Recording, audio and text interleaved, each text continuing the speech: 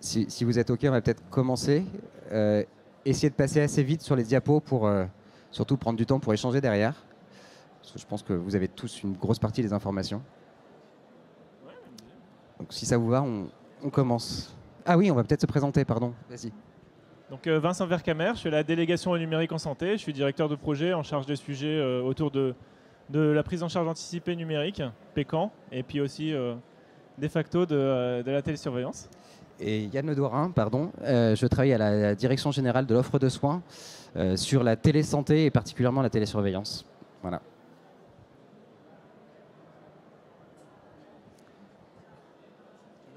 Donc aujourd'hui, on va rapidement vous présenter un petit peu les sujets autour des dispositifs médicaux numériques et de comment on peut les rembourser pour deux modes de remboursement là, qui sont un peu nouveaux. Donc il y a l'entrée dans le droit commun de la télésurveillance, donc c'est la continuité du programme étape. Et le deuxième, c'est la prise en charge anticipée numérique. Donc on va essayer de voir un peu les différences et les similitudes entre ces deux modes, à qui ça s'adresse et comment on y va. Essayer de vous donner les messages clés et les grandes étapes. Donc ça, vous l'avez tous. Les deux dispositifs ont été votés en LFSS 2022 et les décrets d'application sont en cours.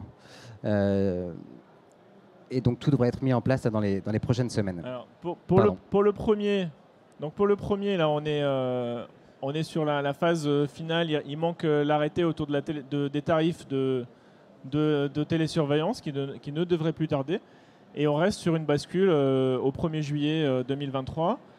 Pour la prise en charge anticipée, on est avec une publication du décret imminente d'ici 1 ou 2 semaines qui va préciser les contours du dispositif par rapport à ce qui était dans l'article 58 de la LFSS 2022. Et du coup, on va... Voilà, bon, PECAN, il y a la petite case UE, c'est une sorte de DIGA à la française. On va voir un petit peu les similitudes un peu plus tard. Je te laisse. On va commencer sur la télésurveillance déjà. Donc. Alors, sur la télésurveillance, donc ce qui a été acté à la fois par le texte de loi sur le financement de la sécurité sociale de 2022 et par le décret qui est sorti fin décembre, le 30 décembre, c'est le modèle de droit commun pour la prise en charge de la télésurveillance en France. Et ce modèle de droit commun est défini par 2 forfaits. Un forfait pour l'équipe qui réalise la télésurveillance, qu'on appelle des opérateurs. Donc c'est une équipe pluripro dont au moins un médecin. Et l'utilisation d'un dispositif médical pour réaliser cette télésurveillance, donc un dispositif médical numérique de télésurveillance, avec un forfait de prise en charge pour ce dispositif médical. Petit changement par rapport au droit commun classique des dispositifs médicaux. Là, on a créé les deux en parallèle, c'est-à-dire à la fois la prise en charge des équipes soignantes et du dispositif médical. Ce dispositif médical est inscrit sur une liste spécifique à la télésurveillance et pas sur la liste des prestations remboursées, la LPPR. Et autre innovation, on va dire, on a l'habitude des DM qui sont délivrés en pharmacie. Là, l'industriel va facturer directement à l'assurance maladie le dispositif médical, ou facturer au patient lorsque le patient n'est pas en ALD, parce qu'aujourd'hui on est sur des pathologies prises en charge à 100% par l'assurance maladie.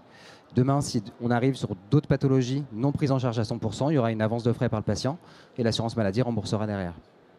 Donc on est vraiment sur ces 2 piliers, une équipe qui se base sur un dispositif médical de télésurveillance.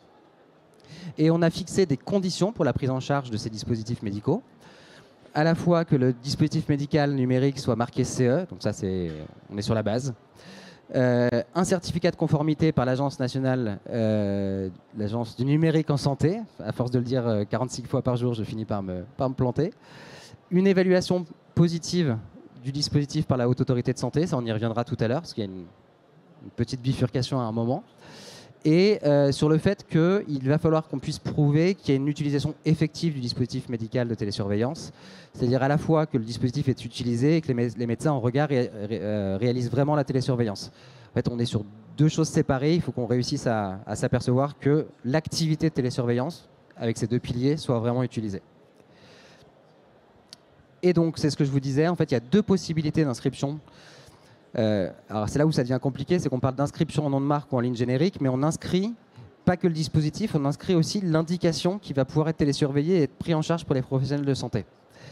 Et donc cette inscription se fait soit ce qu'on appelle en nom de marque, soit en ligne générique. et on les présente après. Effectivement. Donc on va commencer par la ligne générique. Ligne générique, techniquement, c'est ce qui va se passer pour les 5 pathologies actuellement dans le cadre des expérimentations à étapes. Donc, la Haute Autorité de Santé crée ce qu'on appelle une ligne générique, comme pour le dispositif médical classique. Cette ligne générique, elle décrit à la fois les spécificités techniques de télésurveillance du dispositif et aussi l'organisation des soignants en regard. Une fois que cette liste existe, parce qu'elle a été créée par la Haute Autorité de Santé, donc là, c'est ce qu'on a fait de fait pour les 5 pathologies d'étape. Et demain, à chaque fois que la Haute Autorité de Santé considérera qu'elle est en capacité de faire une ligne générique, elle pourra le faire. Mais ça sera la deuxième étape, on y reviendra tout à l'heure. Donc là, c'est l'ANS qui se charge de tout vérifier. À la fois l'adéquation du dispositif avec les référentiels de système d'information et le respect par ces dispositifs des référentiels de la Haute Autorité de Santé. Donc elle va vérifier d'un côté que le dispositif est bien interopérable et de l'autre côté, par exemple, que le dispositif remonte bien un poids 2 fois par semaine et qui génère une alerte si le poids, il y a une prise de plus de 2 kg par exemple. C'est des exemples que je prends parce que c'est pas ce qu'il y a dans les référentiels. Et donc l'Agence du numérique en santé vérifie ces 2 cadres, système d'info et référentiel de la Haute Autorité de Santé. Une fois que c'est validé, donc ça prend à peu près 60 jours, une fois que c'est validé, il y a une demande par l'industriel de code d'identification pour un rattachement à cette liste qui a été fait par l'industriel. Donc là, il y a 2 mois pour répondre. Et une fois que c'est fait, on inscrit, on attribue le code et le dispositif est officiellement reconnu sur la liste des dispositifs sur la ligne générique. Et donc, les professionnels peuvent le prescrire. Donc là, c'est ce qui est en train d'être fait pour la partie étape, parce que tout ça doit être fait au 1er juillet, parce qu'au 1er juillet, il y a la bascule. Donc là, on est dans l'étape de certification par l'ANS, avec le guichet qui a été officiellement ouvert la semaine dernière.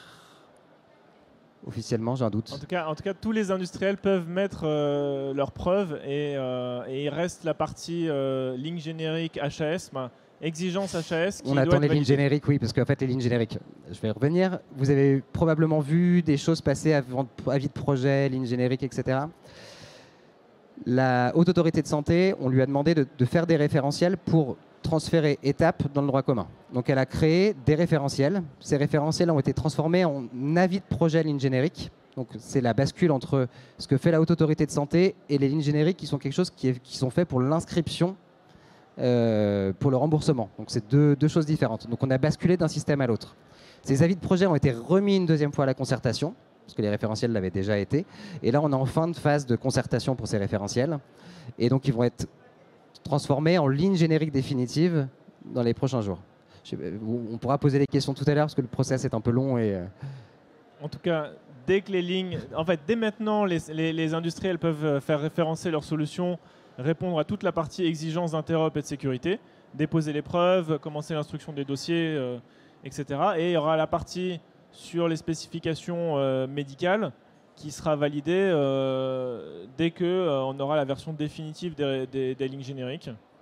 Mais on sait déjà à peu près à 95% ce qui sera dans ces lignes. C'est le message à retenir. Moi, je me perds dans les détails pour vous expliquer. En gros, tout le monde peut déjà s'inscrire. Là, ils sont en train de vérifier la partie système d'info. Très rapidement, ça enchaînera. C'est le même organisme sur la partie médicale et tout sera sorti avant le 1er juillet. Donc voilà, si vous êtes industriel, déposez vos dossiers dès maintenant, c'est ce qu'il faut retenir. Moi, je vous donne les explications, mais je me perds un peu et je me fais rattraper par Vincent qui dit va droit au but. Et le droit au but, effectivement, c'est déposer vos dossiers. Deuxième type d'inscription, les inscriptions en nom de marque. Donc là, on est sur un dispositif, soit qui considère qu'il fait mieux qu'un dispositif, qu'une ligne générique. Donc je considère que j'apporte une plus-value par rapport à la ligne générique. Donc je vais demander une inscription en nom de marque parce que j'apporte des choses en plus. Soit je suis le premier à arriver sur un domaine thérapeutique qui aujourd'hui n'est pas pris en charge. Donc je suis le premier où je fais mieux. Je fais une demande à l'ANS pour d'abord vérifier que mon système d'information est bon. Une fois que ça s'est fait, et on le fait pour éviter qu'en fait on fasse des doublons, c'est-à-dire que l'HAS revérifie une deuxième fois. Donc l'ANS, après on se fait évaluer par la Haute Autorité de Santé. La Haute Autorité de Santé nous dit l'évaluation est positive. Et donc à ce moment-là, demande d'inscription. Et quand on inscrit, nous on inscrit à la fois le dispositif médical pour qu'il soit pris en charge et on ouvre pour les professionnels en regard la possibilité de facturer pour cette pathologie-là. Donc à chaque fois c'est un binôme en sortie. Et donc vous avez les timelines, donc c'est 60 jours au départ, 90 jours pour la partie évaluation HAS. Après, il y a une phase de contradictoire possible de 45 jours et l'avis définitif, c'est 30 jours après la fin.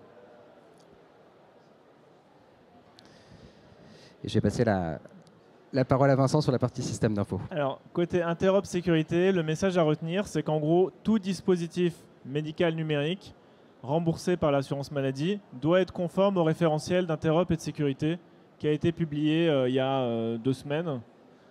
Et ça concerne les solutions de télésurveillance et les solutions remboursées sur la LPPR ou les solutions qui seront après remboursées via Pécan ou via la prise en charge transitoire. Donc c'est le même référentiel. Il y a un document qui est disponible sur le site de l'Agence du numérique en santé, qui est ici. Il y a une section dispositifs médicaux numériques. Et là-dedans, il y a le référentiel et toutes les exigences autour de, c'est dans la slide d'après, avec un guide de dépôt. Mais voilà, les grands morceaux que vous connaissez tous, qui sont dans la doctrine, l'INS, Pro Santé Connect pour l'accès et la sécurisation de l'accès pour les médecins, l'annuaire de santé pour être capable d'identifier les professionnels de santé, le respect du RGPD. Donc ça reste des exigences qui sont obligatoires pour certaines depuis INS, c'est 1er janvier 2021, donc ça fait presque 2 ans, qui sont les mêmes pour tout le monde et qui sont assez, on va dire, connus de tous les industriels qui sont dans le milieu de la télésurveillance. Et là, on l'étend à tous les dispositifs qui vont être remboursés par l'assurance maladie. Alors, voilà, là j'ai mis le message, au plus tôt vous êtes conforme et au plus tôt vous serez remboursé. Ça veut dire que vous avez vu sur les diagrammes d'avant, le prérequis, le premier prérequis, après le marquage CE, c'est la conformité au référentiel. Donc n'hésitez pas à vous rapprocher de l'ANS, à ouvrir le compte sur Convergence, à déposer les preuves, à expliquer, justement, initier votre candidature et on peut le faire étape par étape, morceau de référentiel par morceau de référentiel pour essayer de gagner du temps. Il y a un certain nombre de choses qui sont de la base pour la mise sur le marché. Il y en a d'autres qui sont peut-être plus compliquées. Ben voilà, n'hésitez pas à au moins clore les morceaux qui sont génériques et qui sont assez simples. L'objectif, c'est vraiment au 1er juillet. On facture sur le nouveau système. Il faut que tout soit prêt au 1er juillet. Donc, on a besoin que tout le monde se mobilise. Techniquement, si on résume, donc, comme je vous disais, on attend encore ce qui manque, c'est les arrêtés tarifaires. Donc, à quel tarif, en tout cas, vont être pris en charge ces solutions, ces dispositifs médicaux numériques de télésurveillance, et combien vont pouvoir être pris en charge les professionnels de santé en regard. Donc, ces 2 arrêtés tarifaires vont arriver très, très rapidement. Les fameuses lignes génériques avec l'arrêté qui va les publier, qui va arriver bientôt. Donc, le 14 février, c'était les retours des observations. Il y a eu un examen en CNEDIMS à la HAS la semaine dernière. Et il y a une publication qui est prévue pour le 21 mars, avec publication des arrêtés officiellement le 1er avril. Donc c'est pour ça commencer sur la partie système d'info dès maintenant, parce que le 1er avril va arriver assez vite, donc vous pourrez enchaîner au niveau de l'ANS.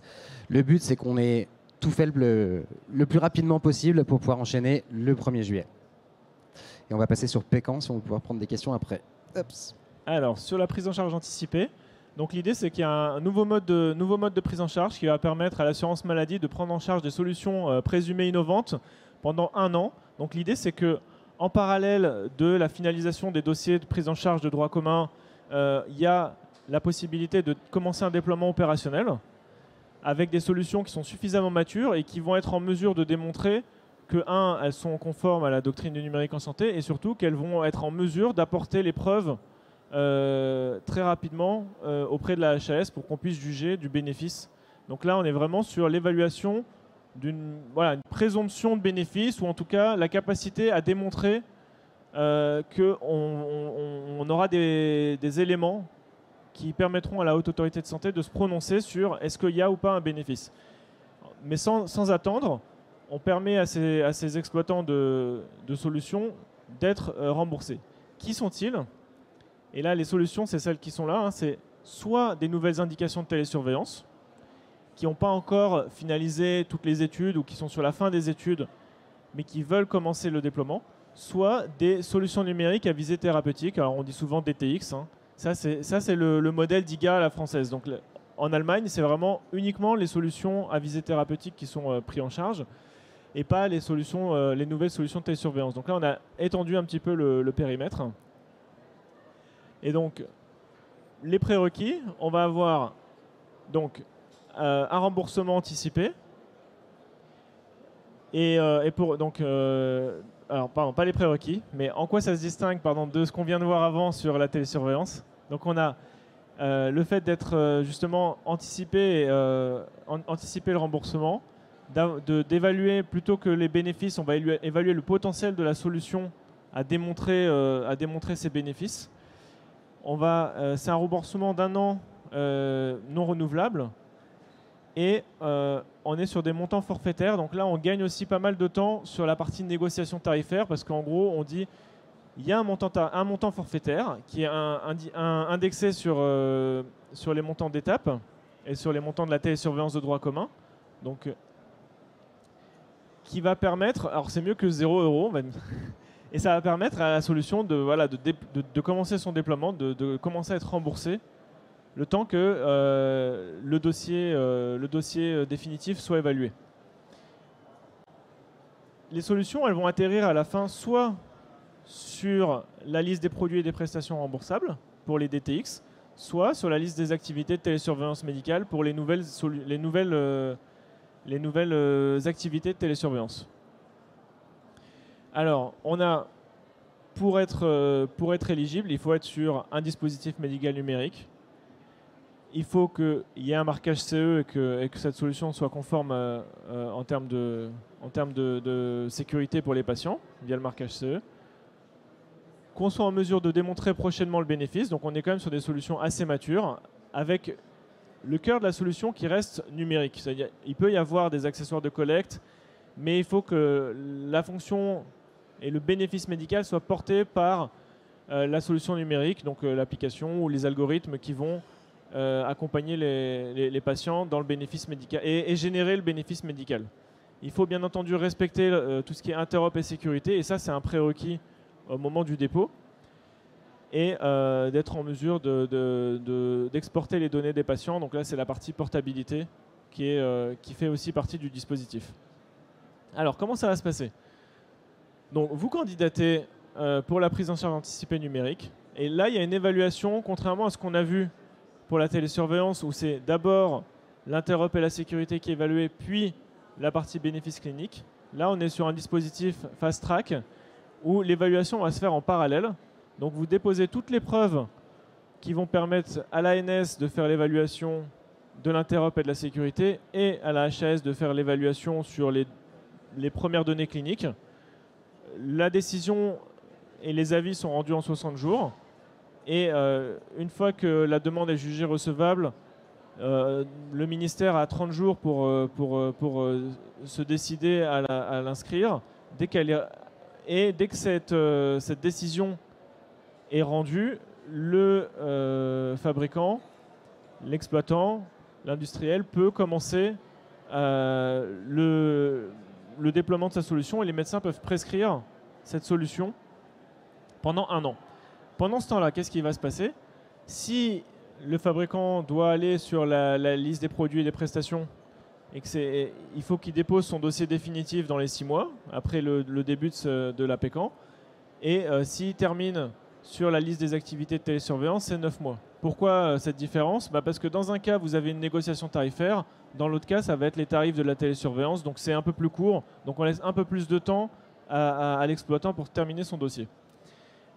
En parallèle du coup de l'APECAN qui continue, il y a l'évaluation de droit commun qui est réalisée avec 6 inscriptions positives, un remboursement de droit commun de plusieurs années qui a lieu. Alors, ça a été assez rapide et on va dire esquissé les grandes lignes. Je vous invite, si vous voulez en savoir plus, à aller sur la plateforme Genius qui accompagne justement les innovateurs en santé à mieux décrypter ces dispositifs, ces nouveaux dispositifs qui sont lancés pour accompagner le déploiement des solutions numériques en santé. Et donc, il y a l'adresse qui est en bas, genius.isanté.fr. On a gardé un peu de temps du coup pour les questions. Alors, pour Pécan, en termes d'actualité, donc, vu qu'on est sur des tarifs forfaitaires, ils vont être basés sur ceux de la télésurveillance, donc c'est la même date. Et donc là, on attend d'ici quelques jours, semaines, la partie tarif. et le décret qui devrait sortir, pareil, d'ici une semaine ou deux, max, avec dès la publication de ce décret, la possibilité aux industriels de commencer les dépôts de dossiers, les demandes de prise en charge anticipée. Voilà. Et donc, pour en savoir plus, encore un peu de pub, on a un webinaire qui va être organisé le 23 mars, où on va rentrer un peu plus en détail sur cette prise en charge anticipée, sur cette PECAN, et vous permettre de poser vos questions en ligne. Voilà. On a fait très vite. Beaucoup. On a fait vite. Si vous avez des questions. Comme ça, on garde du temps pour les questions et la discussion.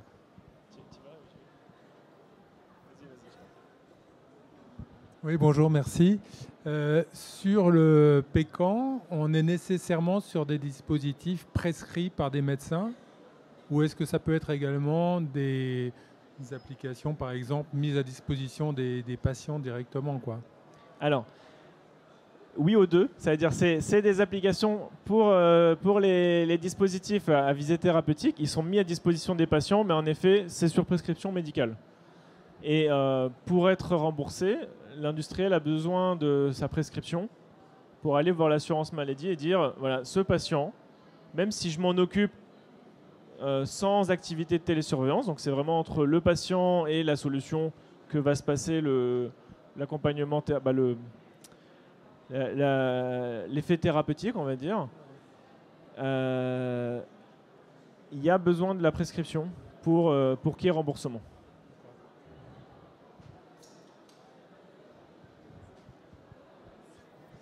Juste une question pour clarifier, la télésurveillance, c'est que pour l'instant, c'est confiné au domaine de l'ALD, pris à 100% en charge par la sécurité sociale, ou c'est plus large? Aujourd'hui, les seules pathologies qui sont rentrées dans le droit commun, c'est des pathologies en ALD. Ça ne veut pas dire que le modèle de droit commun, on l'a voulu pour qu'il puisse s'adapter à toute pathologie possible demain. C'est ce qui a été aussi compliqué à créer comme modèle, c'est qu'il fallait un modèle qui soit valable pour les ALD, pour les non-ALD, un modèle qui soit valable pour l'aigu comme pour le chronique, de la télésurveillance intensive comme beaucoup moins intensive. Donc il a fallu trouver un modèle qui aille à tout le monde. Et potentiellement, demain, on aura des pathologies non prises en charge à 100%. Et donc qui donneront, ce que je disais tout à l'heure, le patient avancera les frais, donc paiera le médecin et l'industriel, et il y aura remboursement par l'assurance maladie. En fait, on est sur du schéma classique. Avec un ticket modérateur, voilà, on est vraiment sur du schéma classique. Et là, dans le modèle qui est prévu, tout industriel qui a une solution de télésurveillance pour des patients qui sont en ALD ou pas en ALD peut déposer un dossier, demander le remboursement. Et si c'est une maladie, j'en sais rien, qui n'est pas en ALD, elle peut très bien être inscrite. Et ensuite, on est sur une prise en charge classique de dispositifs médicaux. Donc c'est 40% de reste à charge qui est pris en charge par la mutuelle. Comme pour PECAN. Si vous êtes sur une indication, je ne sais pas moi, sur l'obésité ou sur une pathologie qui n'est pas en ALD, il y aura un reste à charge patient qui sera pris en charge par la mutuelle.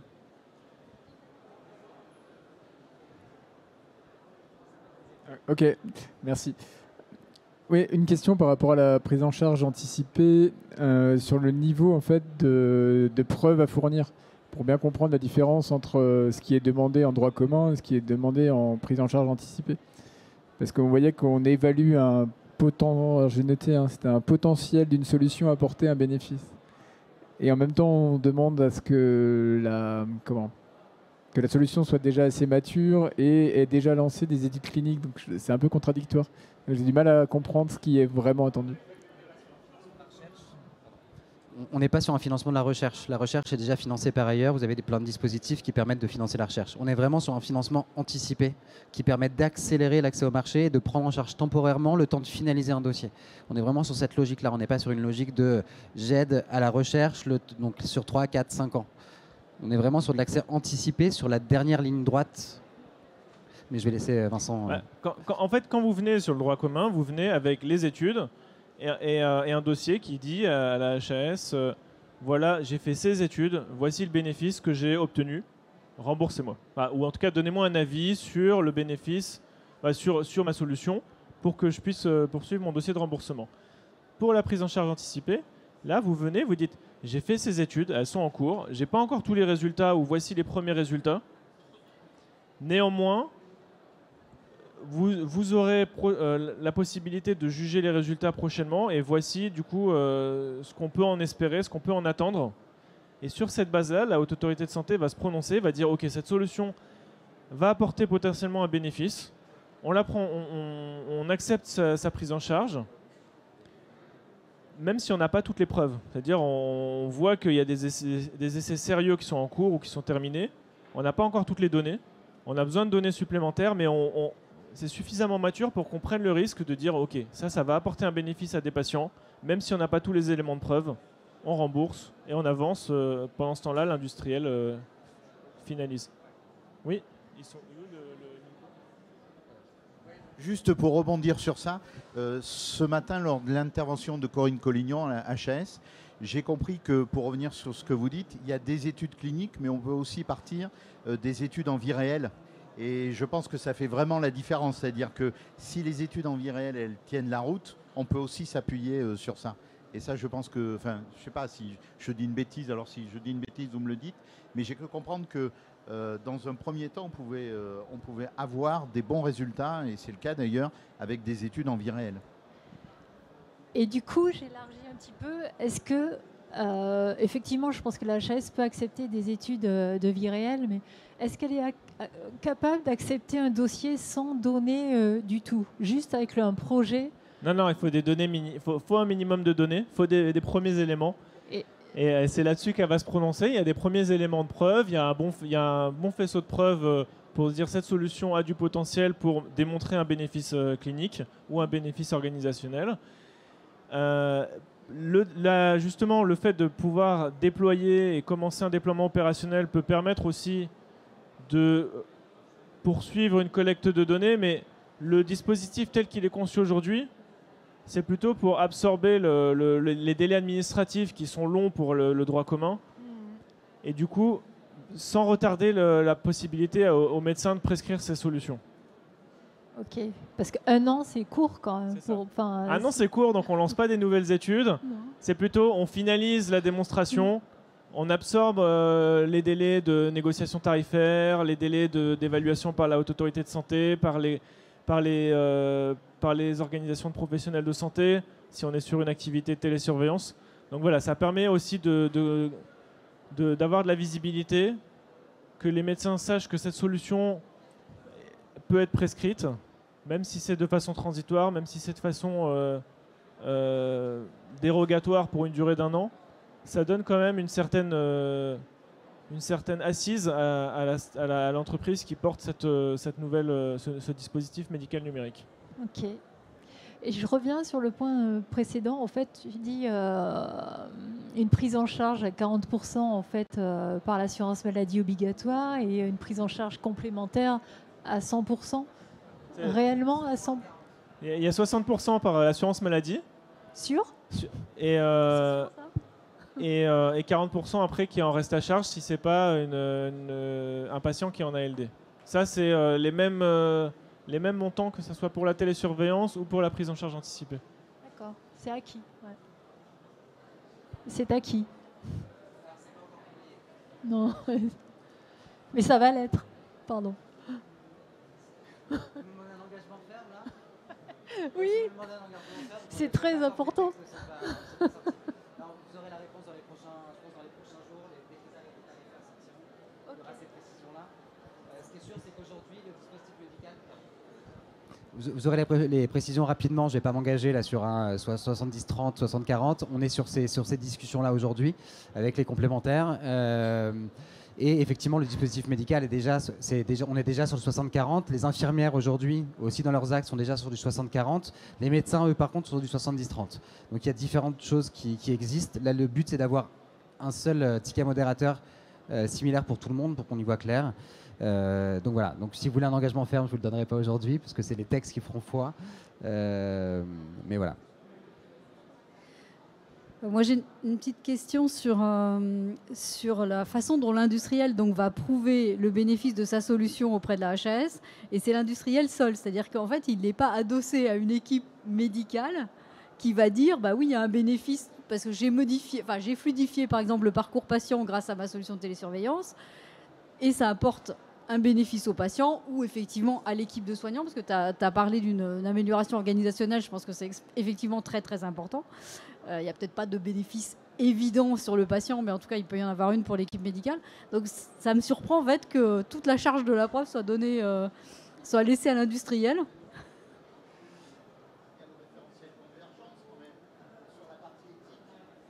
Il y a des choses. Oui, non, mais c'est vrai que si on reprend le schéma de tout à l'heure, hop, je vais essayer de remonter. Là. Ou là plutôt, on va faire nom de marque. Effectivement, la personne qui dépose un dossier, dans le cas classique, c'est un industriel. Je vous disais pour autant que la télésurveillance, c'est une organisation de télésurveillance avec un dispositif médical au milieu. On a retourné le problème dans tous les sens, pour être très honnête. On aurait pu se dire il y a les CNP demain qui vont saisir la Haute Autorité de Santé, ce qui est possible. Mais est-ce que les CNP aujourd'hui ont les reins suffisamment solides pour faire 3 ans d'études et financer 1, 2, 3 millions pour faire des études? Je ne pense pas non plus. Je pense que la réalité, c'est qu'en fait, c'est des binômes. Sur le terrain, c'est comme ça que ça se passe. Je pense qu'on a professeur Sabatier avec nous devant et c'est comme ça que lui travaille. Il travaille avec des dispositifs qui l'aident à mettre en place ces solutions. Sans trahir, si tu veux compléter après, Rémi. Mais en fait, c'est des binômes. Mais effectivement, ceux qui ont les reins les plus solides, c'est les industriels, start-up ou gros industriels. Pour pouvoir déposer des dossiers, il faut avoir des compétences juridiques, il faut avoir des compétences DM, il faut avoir des compétences techniques. Ça demande quand même de remplir des dossiers, ça demande un peu de boulot. Donc c'est des binômes qui arrivent souvent, qui vont arriver sur la Haute Autorité de Santé. Sur la télésurveillance étape, c'était clairement des binômes. C'est pas juste les industriels ou juste les CNP avec lesquels on a travaillé, c'est des binômes qui arrivent. Mais il faut quand même que quelqu'un soit en capacité de poser des dossiers, ça demande quand même certaines... Je voudrais compléter, si c'est possible. En fait, quand même, la charge de la preuve, parce que je suis complètement d'accord avec vous, c'est hyper important. Ce qui est prévu quand même, c'est qu'une solution qui va vouloir être remboursée, elle devra être accréditée par l'ANS. Pour être accrédité par l'ANS, il faudra qu'on fasse la preuve de convergence. Et dans convergence, il y a toute la partie éthique dans laquelle on doit faire la preuve qu'on travaille avec une équipe médicale. Et c'est très poussé quand même. Hein. Donc du coup, ne serait-ce que là, en plus de la preuve de données dits réelles, éventuellement, qu'on ne peut pas avoir tout seul, je pense que l'équipe médicale, heureusement, elle est toujours là. D'accord, merci.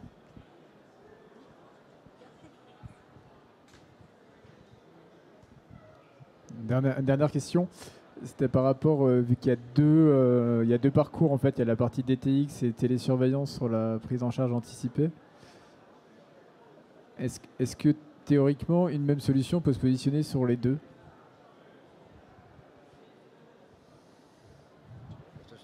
Si vous prenez le cas aujourd'hui des prothèses cardiaques implantables, elles ont une partie prothèse, défibrillateur, et une partie télésurveillance. La question, c'est qu'est-ce qu'on prend dans le truc. Donc, les prothèses ont déposé un dossier pour leur partie DEF prothèse cardiaque et elles ont déposé un autre dossier pour leur fonctionnalité télésurveillance. On réfléchit en termes de fonctionnalité. Donc, si vous avez un DTX qui fait également la télésurveillance, Vincent, tu me corriges, il va déposer un dossier pour sa fonctionnalité de DTX, mais il a une deuxième fonctionnalité qui est de la fonctionnalité télésurveillance, deuxième dossier.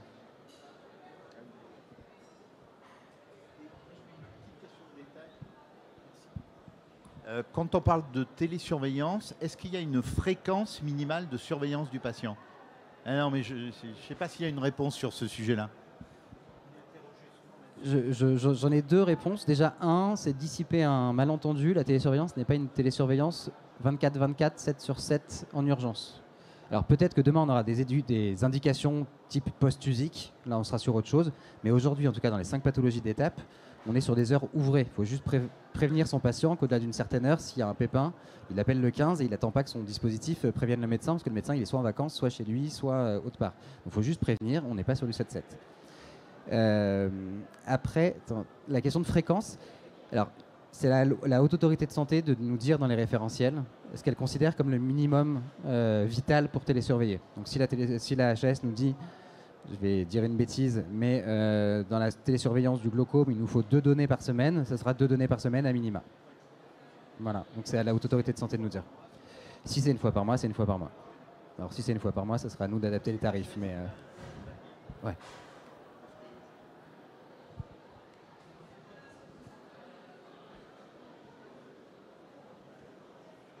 Est-ce qu'il reste des questions?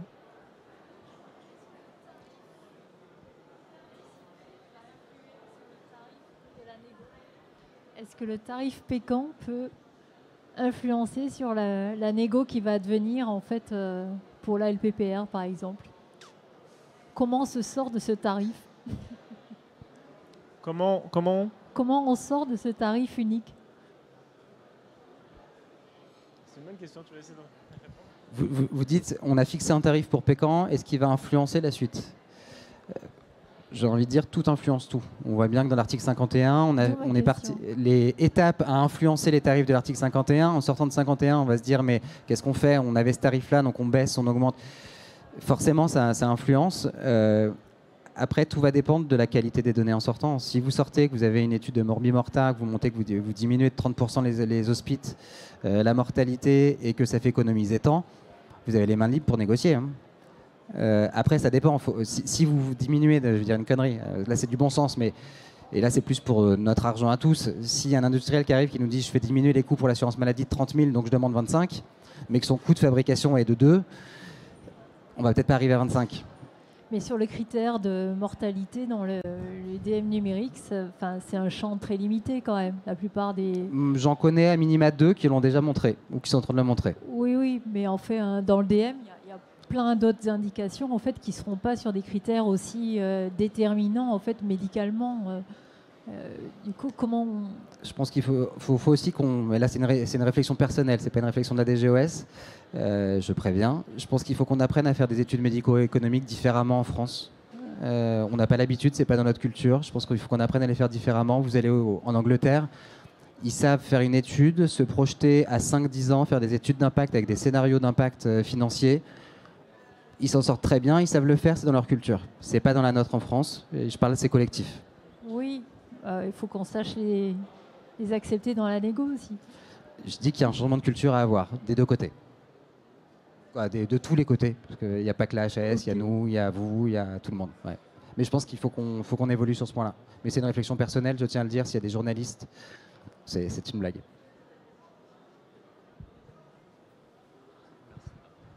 Ouais, juste une question sur la partie promotion pendant cette période-là. Est-ce qu'elle est contrainte ou pas? Pour la promotion pendant la prise en charge Pécan, est-ce qu'elle a un cadre particulier? Est-ce qu'il y a une limite? Sur le marketing, je pense qu'il faut... Ouais. C'est les règles de publicité classiques qui vont s'appliquer. Ouais, c'est ça. Modulo, la petite ligne qui expliquera que sur la plaquette, il faudra bien dire que c'est Pécan, que c'est transitoire et qu'il n'y a qu'il n'y a pas de preuve. Il ne faudra pas prendre Pécan comme une preuve d'efficacité tangible, par exemple. Il ne faudra pas s'engager à être là dans 3 ans alors qu'on n'a pas encore le... Voilà, donc c'est les mêmes contraintes, je pense, que pour l'industrie pharma classique ou du DM. Très bien, merci. C'est compliqué parce que vous nous demandez des choses sur des thématiques qui sont même très, très, très, très variées. D'autres questions, premier rang?